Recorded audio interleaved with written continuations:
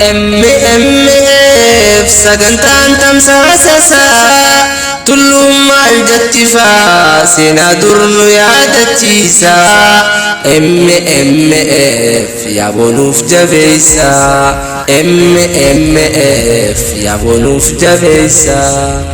Assalamu alaikum wa rahmatullahi wa barakatuh. Kabajamtoota fi jaalatamtoota daawwattoota keenya sagantaa yookaan ammoo qophii guyyaa irraantanaa tullummaa ijatti irratti kan waa'ee haala yeroo ustaaza keenya ustaaz Jawaar wajjin gaaffii fi deebisaa kan goonu ta'a. Hammaduma sagantaatti nu faana tura.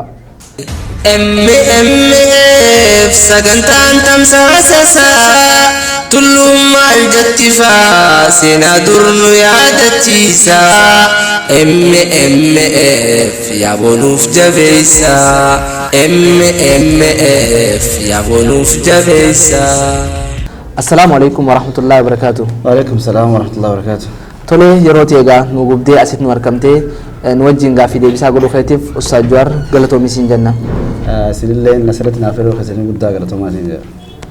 Tole gaagamanumaan jechuudha haala gaaffii fi deebisaa haala yeroo irratti hundaa'eeti kan goonu ta'a guyyaa irraantanaa miidiyaa mooraa fuugii wajjin jechuudha. Hammaduma sagantaatti daawwattoonni keenyas nu faana jiran jeetiin abdadda.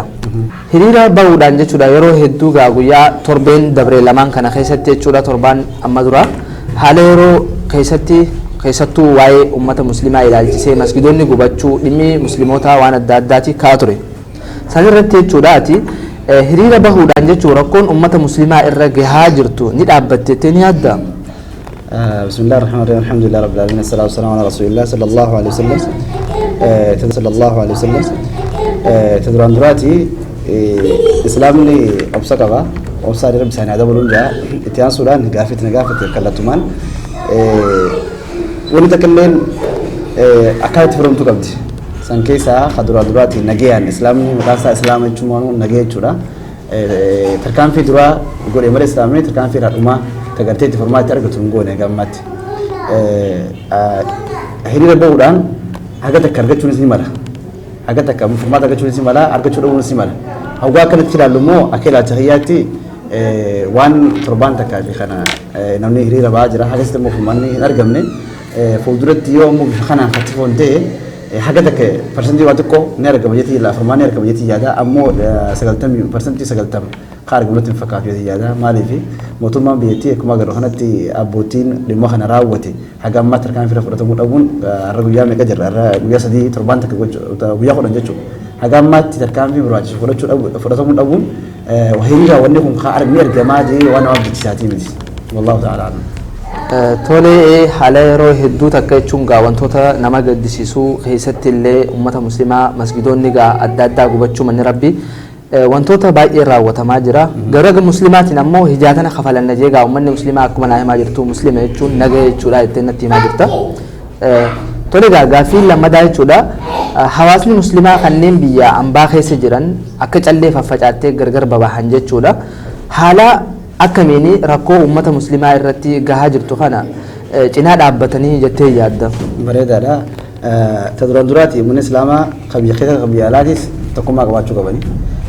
Warri keessaa warri biyya alaa haalata jiru hundaanuu ummanni islaamaa qabiyya keessa jiru cinaa dhaabbachuu qaban. Akkuma isin duratti nuti warri biyya adda addaa jiru kuni tokko taanee qabeenyaa fi du'aa'iidhaan cinaa dhaabbachuu qabna taduraan duraati. Waan isaan barbaachisu hundaanuu isaan gargaaree cinaa dhaabbachuun isaaniif bu'aa guddaa jeetii yaada. Mataa walii qabannee isaan cinaa dhaabbannee waan isaan barbaachisu isaan cinaa dhaabbachuun isaaniif waan guddaa takka taajeetii yaada wallahu ta'ala a'lam.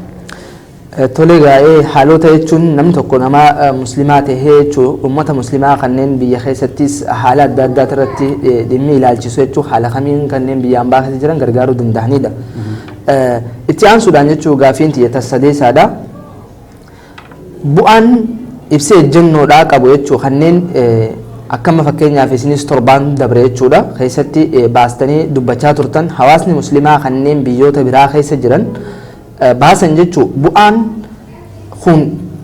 bu'aan isaa maali kun jechuudha ibsee ejjennoo kun dhiibbaan isaa hoo maali jettee yaadda? Bareedaadha. Bu'aan isaa akkuma argamee beekametti jechuudha jijjiirama biyya keenya keessa argame keessatti jijjiiramni san kan dhufeeni karaa islaamaatiin dhufe.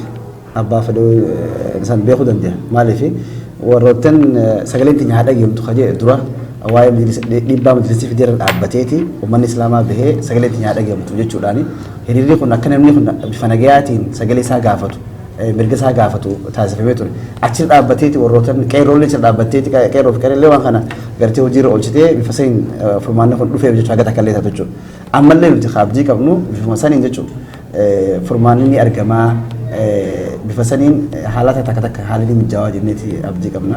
Tole xumura irratti jechuudha gaafii sadeen tanarratti hundaa'ee si gaafadde ture xumura irratti dhaamsi ati ummata muslimaa kanneen idilee addunyaarra jiran maraaf qabdu hoo maal fakkaata? Bareedaadha haal dhaamsiin hin qabuuf uummanni islaamaa keessaafuu warroottan biyya keessa jirtan wal qabadhaa tokko tahaa mazhabaa fi waan addaatti wal qooduu dhiisaa nuti amantiin teenya takka biyyi teenyaas takka wanni irratti dubbachuu qabnu biyyi teenya amantii teenya warroottan amantii kana hin qabaanne abbaa fedhoo taanaani garaa isaanii gubuudhaaf gartee amantii ol qabuudhaaf tokko ta'uu qabnaa rabbiin salaanuufis kan nuti gartee masgiidatti ijaarannetti keessaa bannuufis tokko qiblaati illee takka mazhabni keenya illee adda adda ta'u rabbi tokko ofa gabbarra waan ta'eef inshaallah tokko haa taanu jedhanii gara mootummaatiin immoo wanni jiruun dhaamsa kan hin qabuuf hawaasa keenyaaf dura takka haa taanu takkummaadhaan waa takka argamsiisuu dandeenya kan jiru dhaabaaf gara mootummaatiin hawaasni islaamaa dhuguma sirriitti obsa qaba haga obsu qaba malee ammallee obsaan hanga yoomii deemuu hin danda'u hawaasni keenya akkanii fi obsa fidhatee hawaasa keenya obsa fidhachiisinaan jedhan obsa fidhata gaafa immoo hawaasni keenya obsa fidhatanii tarkaanfii takka takka fudhatan sana isin tunu godhee beekadhaadhaan jedhanii kanaaf gaafii hawaasni keenya gaafatan dhibbaa dhibbatti ifaa ifatti takkaa fi takka gaafiin waan dirree teessu masgiida keenya deebisee kan hojjaaru deebisee illee iddoolee amantii kan tuqamee jiru akka gartee aggaamii irraa kaatu ifaa fi bilisatti amantiin akka nu kabajamtu nu godhaadha kana ta'uu baannaan ammoo nuyi tarkaanfii islaamni tarkaanfii keessa deebii hin qabnellee fudhachuu ni beekaadhaan jedhan Allah ta'ala. Arraa salfiidhaa boru seefiidhaa takkaatu beektaa hawaasa keenya keessatti illee deemaa ture. Tanaaf gaa guddaa galatoomiin siin jaa dhaamsa gaarii fi dhaamsa haalaan gaa gadi fageenyaan hawaasni muslimaa ija qalbii qooyxuun xiinxalee hubatu gurra qalbii qaawwan xiinxalee dhaggeeffatu keessatti jechuudha nu dhaamte ustaad Jawaar keenya guddaa galatoomiin siin jaa gaa fi deebisaa kanaa hojii godhuu keetiif. Isinillee guddaa galatoomaa warra miidiyaa mooraaf gub inshaallah fuuldura diimaadha dhimma amantii keenyaatii fi akkasumatti illee waa'ee sabaa sablammii keenya jedhuun bu'aatiin hordofaa isin jaa wajjizaakumullahu khairan assalaamu alaikum warahmatullahi wabarakatuh. وعليكم السلام ورحمة الله وبركاته. تلقى خبجمتوتا في جالتمتوتا دعوتوتا خنيا ترتين هنگا أما سجنتات اللوم مال جتيرتي نوجين قدا ترتن خنا فكاتا حمد وما سجنتات نوجين ترتني واحد دو أجيسني واحد دو بتشو خسني في قدا قلتهما يسني جنة مقامي ديا مرافقين الدونو قلتهما هم سجنتا براتي ولد ديبنتي نجا نترى سلام الله عليكم ورحمة الله وبركاته.